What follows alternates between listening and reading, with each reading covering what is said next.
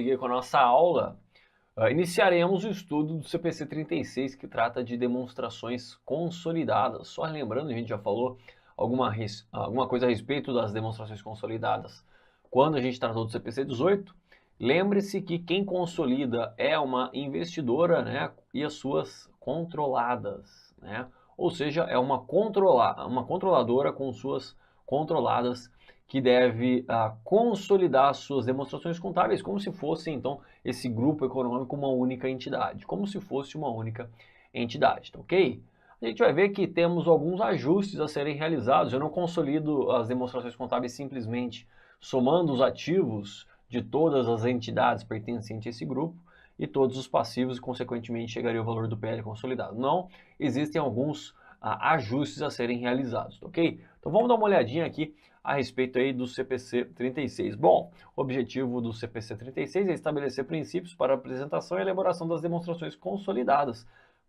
Quando a entidade ela controla, então sempre em relação de controle, né?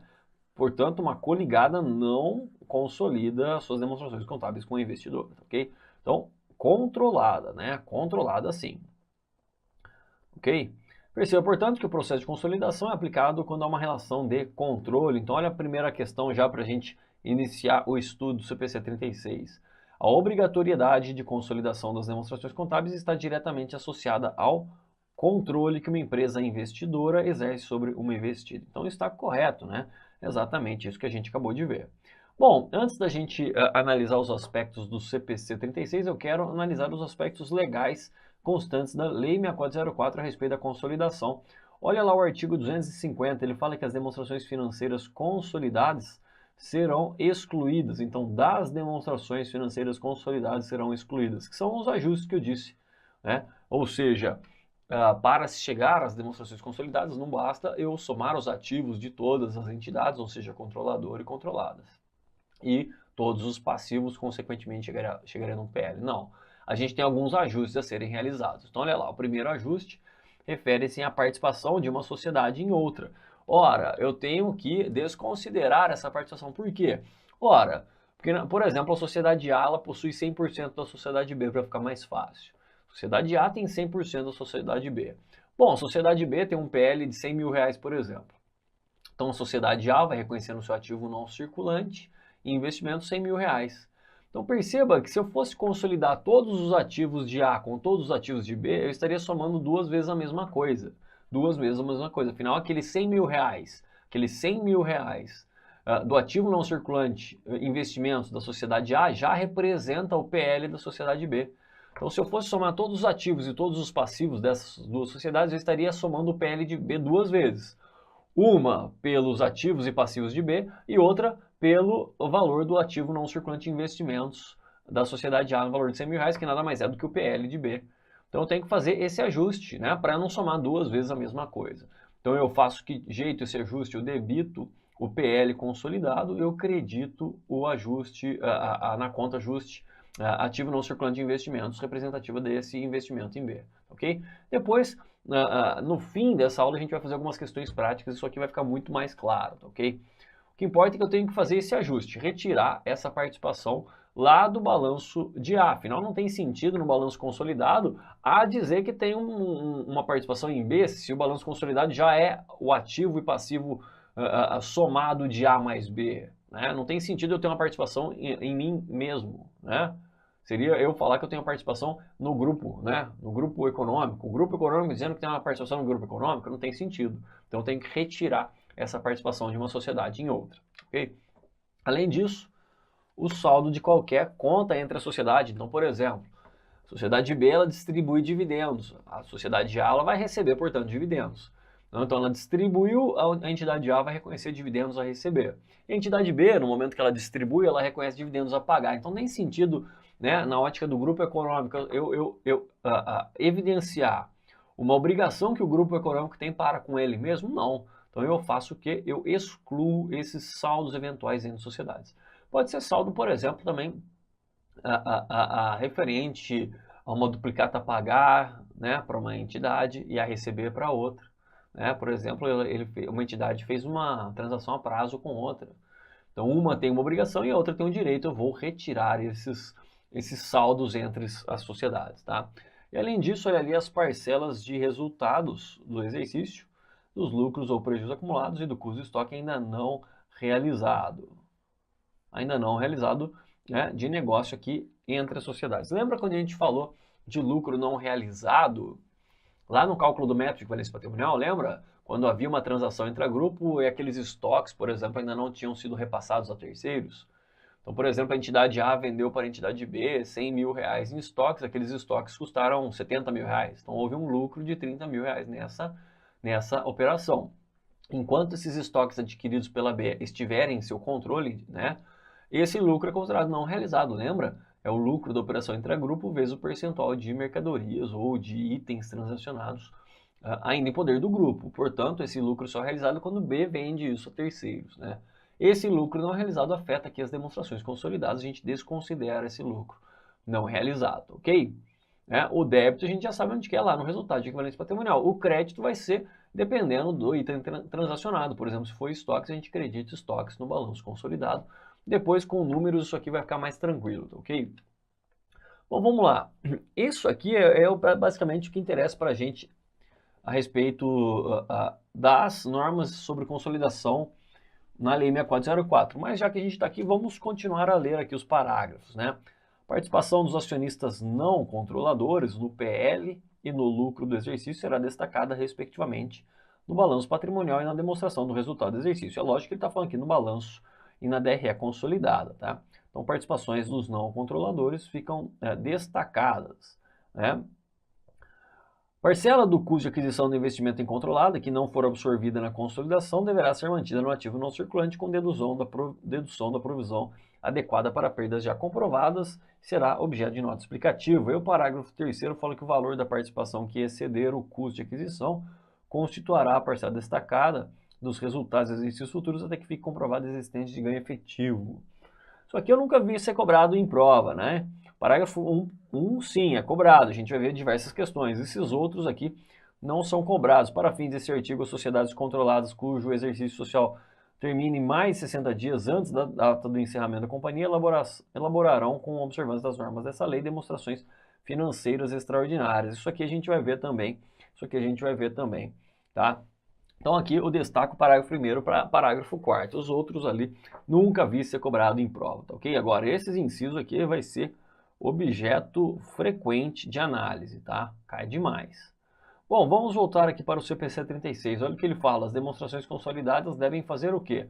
Combinar itens de ativos, passivos, PL, receitas, despesas e fluxos de caixa da controladora e suas controladas. Ou seja, ele vai consolidar balanço patrimonial, DRE, né? Vai consolidar DFC. É isso que ele está falando, olha lá. Combinar itens similares de ativos passivos e PL. Então aqui a gente tem balanço patrimonial, receitas e despesas, a gente tem DRE e fluxo de caixa, a gente tem DFC. É evidente que tem também a DVA consolidada, mas a DVA consolidada ela é realizada, elaborada com base na DRE, lembra? A gente viu isso aqui na aula de DVA, lá no início da parte de contabilidade avançada, né? B fala assim, compensar, deve compensar, ou seja, eliminar o valor contábil do investimento da controladora em cada controlada e a parcela da controladora no PL de cada controlada, que seria aqui o item 1, né? O item 1 da lei está aqui no item B do CPC 36, ou seja, eliminar uma participação de uma sociedade em outra. E além disso, ele fala eliminar integralmente ativos, passivos, PL, receitas, despesas e fluxos de caixa intragrupo, né, relacionados a transações entre entidades do grupo, ou seja, resultados decorrentes de transações intragrupo que sejam reconhecidos em ativos, tais como estoques e ativos fixos, são eliminados integralmente. Os prejuízos intragrupo podem indicar uma redução no valor recuperável de ativos que exige o reconhecimento das demonstrações consolidadas. Bom, isso aqui vai ficar muito claro na hora que a gente chegar em questões, tá? Peço um pouquinho de paciência. Vamos lá. Questão 2, ele fala que a eliminação de resultados não realizados decorrente de operação intragrupo impacta tanto o valor do ativo quanto o valor do PL consolidado. Isso aqui está correto, só para a gente fazer uma questãozinha, né? Suponha que a entidade B, que é uma controlada, vende para a sua controladora, né, estoques no valor de 100 mil reais, que lhe custaram, sei lá, 60 mil reais, por exemplo. Então houve um lucro nessa operação, né? Um lucro nessa operação, por exemplo, aí de 40 mil reais, tá ok? Então, isso aqui vai estar dentro do estoque de A, né? Vai estar dentro do estoque de A, ok? Ou seja, 100 mil reais. 100 mil reais. Tá, quanto que isso aqui custou para o grupo econômico, né? Quanto que esse estoque custou para o grupo econômico? Isso aqui entrou para o grupo econômico, suponha que B não tenha mais absolutamente nenhum estoque, né? O estoque dela esteja zerado. Isso aqui custou 60 mil reais para o grupo econômico, que foi exatamente aqui o custo dessas mercadorias vendidas, né?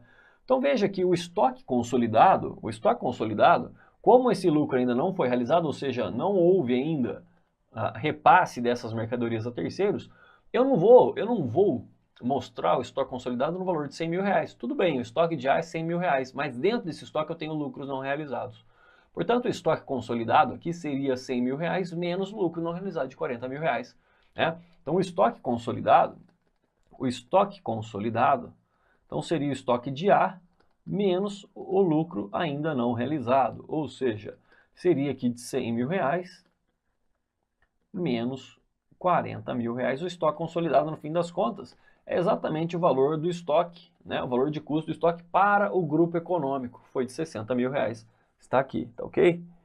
Então, o que acontece? Como é que dá esse lançamento? Porque quando eu somo o ativo de A, eu tenho lá um estoque de 100 mil reais. Então, eu preciso fazer um crédito em estoques.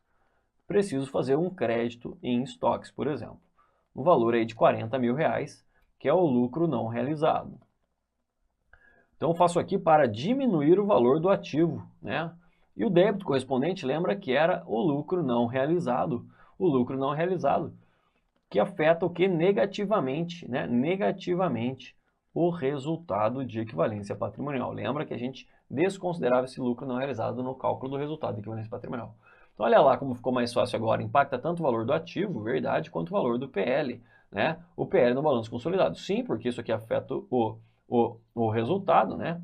O resultado de equivalência patrimonial e, consequentemente, afeta o PL, tá ok?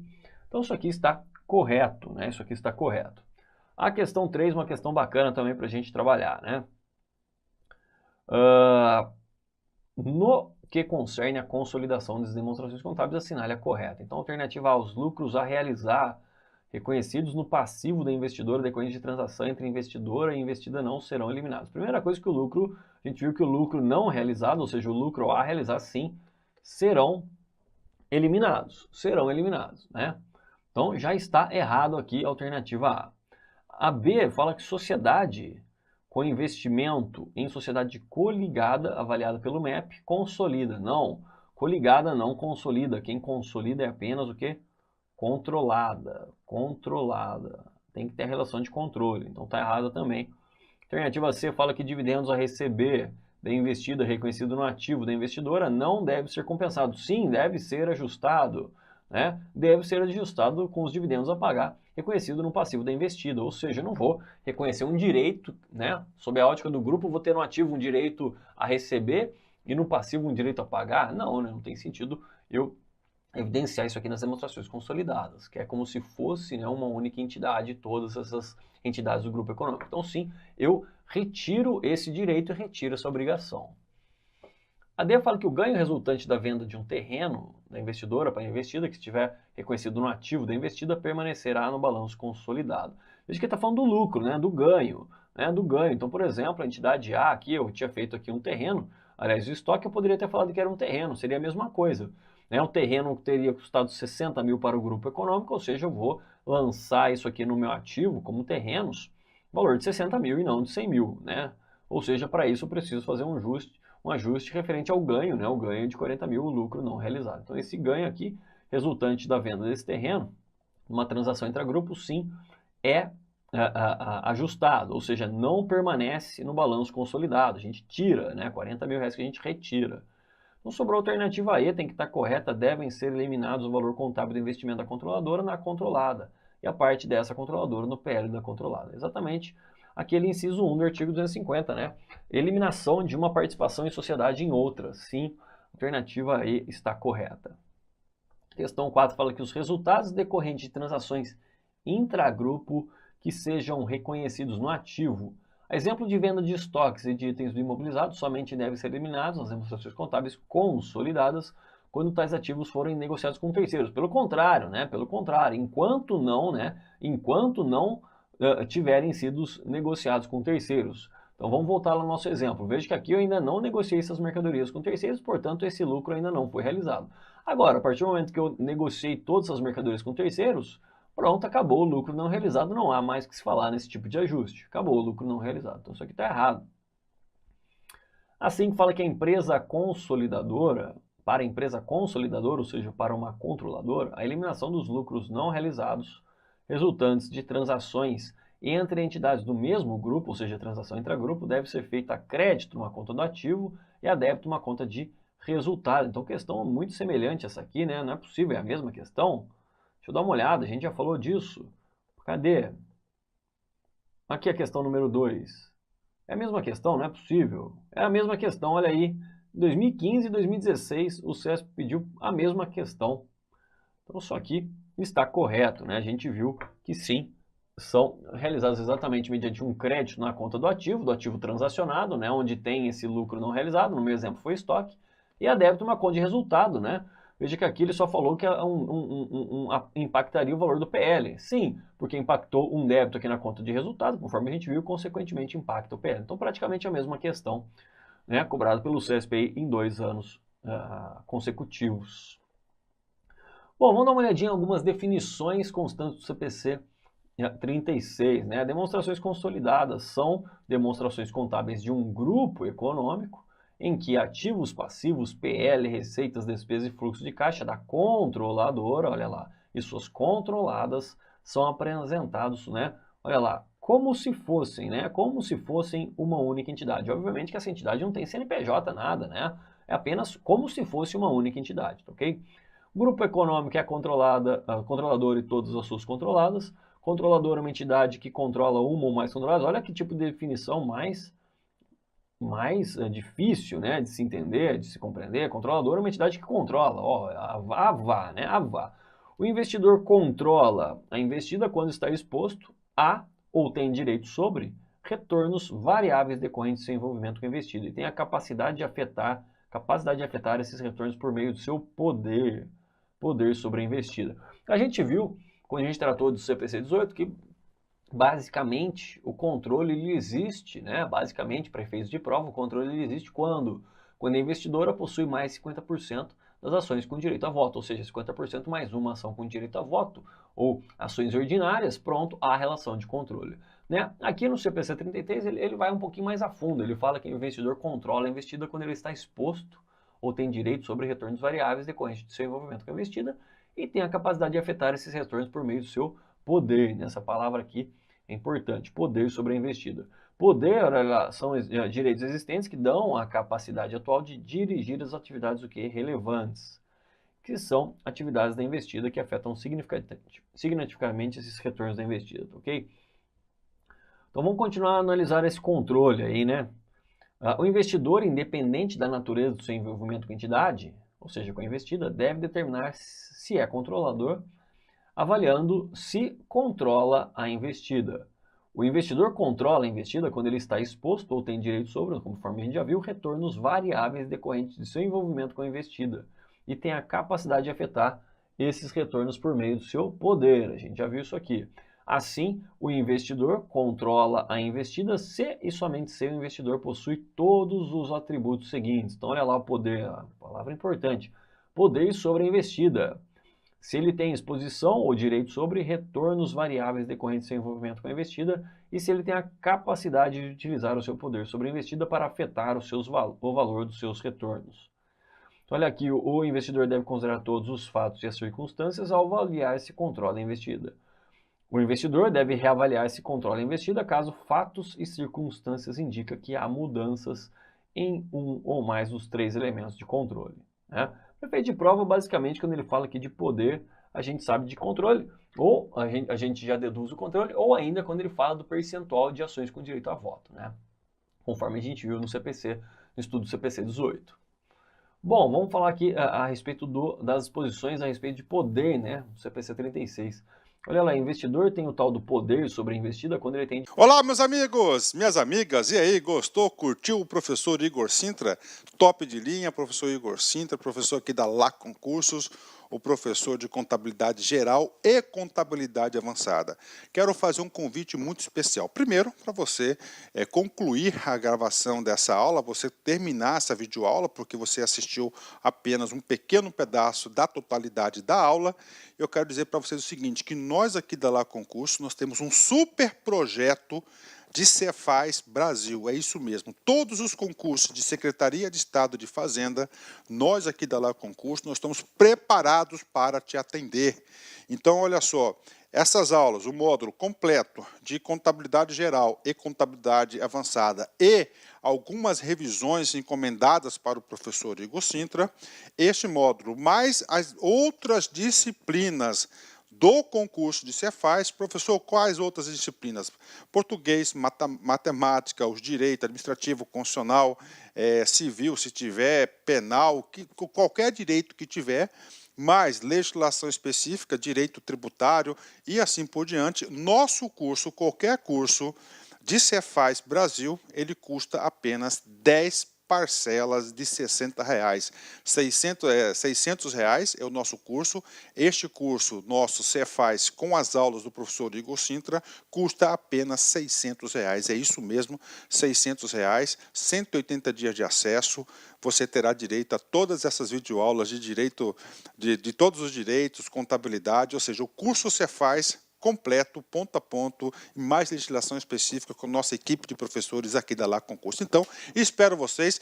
Tem um link aqui embaixo, clique nesse link que você vai lá diretamente na nossa página da Cefaz Carreira Fiscal aqui da Lá Concurso. Espero vocês, um forte abraço, fique com Deus. Tchau, tchau.